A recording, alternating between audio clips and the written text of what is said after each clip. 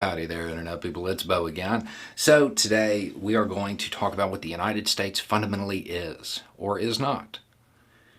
Teaching history, a theory, and we're going to do this because I got a message, got a question to talk about it, a request to talk about it.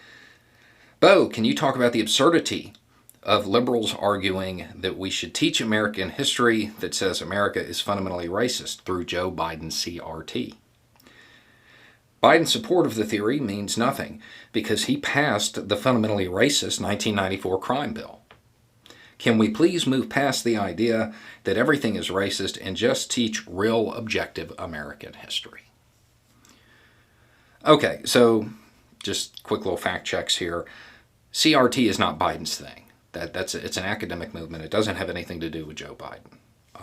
That's just not a thing. The 1994 crime bill, that's the Violent Crime Control and Law Enforcement Act. The sender claims it's fundamentally racist. I happen to agree. I happen to agree with that. And then we have the actual question, what they want discussed. Is the United States fundamentally racist? Well, first we have to determine what that means. Fundamentally racist. If you're just talking about people's attitudes, the people of the United States, are they fundamentally racist? Or generally speaking, are most people racist? Yeah. And that goes through the overwhelming majority of American history. Absolutely. So you could mean that. Or you could mean, is there some structural, institutionalized legislation that is racist? Well, let's just run through a timeline, and we'll see if it's there. Okay, pick your founding date, doesn't matter, 1776, 1789, does not matter, okay? From day one, there was institutional, legal racism. It was enshrined, it was a part of the American structure in slavery. That lasted until the 1860s, and then it went through a fundamental change. Okay? So you have that legal structure in the beginning. When it ended, almost immediately was replaced with a less severe, structural, institutionalized, legal form of racism. And that lasted about 100 years, until the 1960s, late 1960s.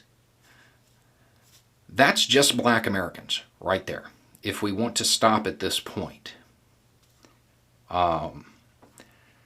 you don't even have to get into the Exclusion Act or the treatment of Native Americans. The removal of Native Americans is how it is framed in most American history books. The removal of Native Americans. That is like a really super polite way to describe ethnic cleansing, which is what it was. And that started from day one.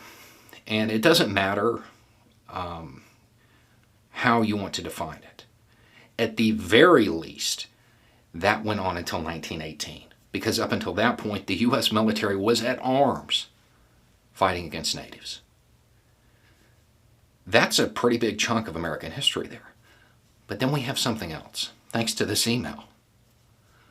According to this email, they claim, and I believe, that the 1994 bill, that act, was fundamentally racist. I agree with that. I think it was. I would note that while some of the effects of that have been lessened, that law's still on the books. A fundamentally racist piece of legislation is still there. So from day one, from the founding until today, you have racist legislation. I would suggest that that would make a country fundamentally racist. If other nations that are held up as super racist nations studied the United States' laws to figure out how to do it, that might be a good sign too. That happened. The U.S. has a long history of racism.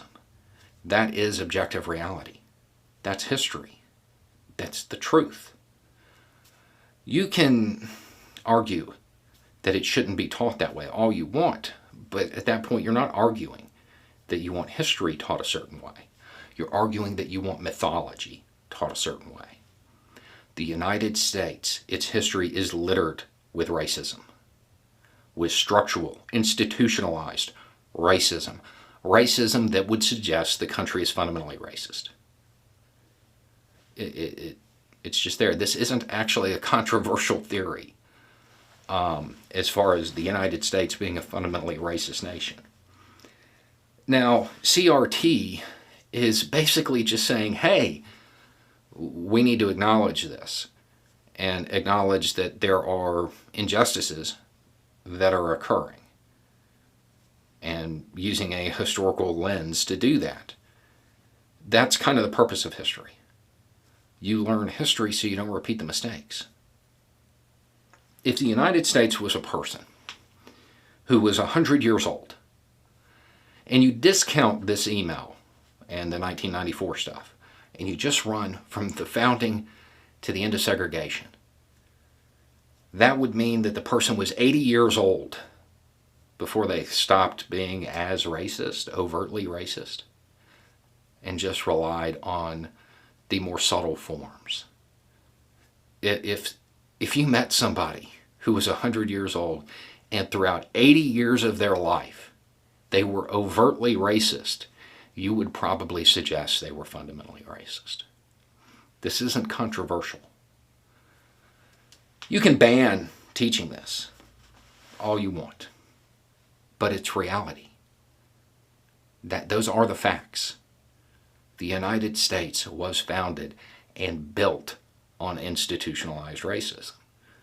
There's no real arguing this. It doesn't matter which pieces you want to count or discount. It's there. It's there underlying the United States' history. Does it get lessened over time? Yeah. Is it gone? No. If it was gone, we wouldn't be having this conversation. Until people are comfortable with acknowledging the past, we have to assume that there's still a lot of racism, because you're denying something that is objective reality. Anyway, it's just a thought. Y'all have a good day.